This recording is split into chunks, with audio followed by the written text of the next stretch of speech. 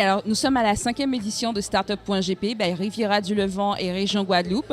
Donc cette année, la Startup.gp passe de la simple conférence sur les startups à un vrai sommet de l'innovation, du numérique et de l'économie disruptive en Guadeloupe.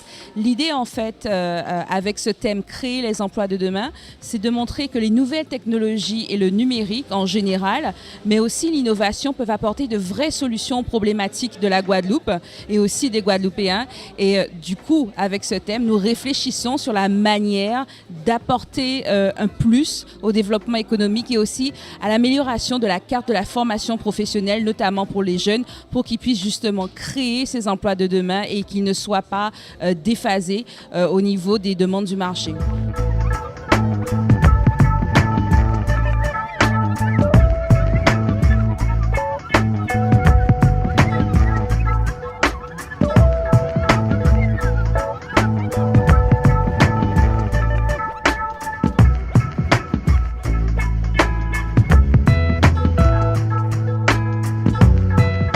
Alors, au niveau des emplois de demain, enfin, très concrètement, vous savez qu'il y a une population de la Guadeloupe qui est vieillissante.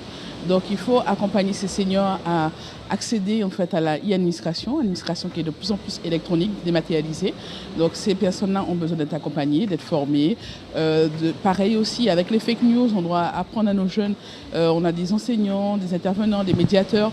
On a des médiateurs digitaux, numériques qui se mettent en place. Ce sont des nouveaux métiers qui n'existent pas du tout ou qui n'existent peu et donc voilà qu'il faut adapter. Donc on a des nouveaux mots qui apparaissent, le hacker social, le chief happiness officer par exemple, le responsable du bonheur, un gars qui est un peu smart, qui est un peu réseau social, mais voilà, donc c'est plein de nouveaux métiers aussi, ce qui veut dire que quelle que soit la qualification ou ce que l'on a, on peut travailler dans le numérique. Il suffit juste de la volonté, il suffit juste d'avoir un savoir-être et là-dessus il faut aussi travailler vraiment sur ce qu'on appelle les outils, c'est la formation. C'est la raison pour laquelle on s'est rapproché de Pôle emploi qui a toute une dynamique et des outils pour permettre aux entreprises de recruter ou accompagner le recrutement des futurs collaborateurs, même si ceux-ci ne sont pas formés.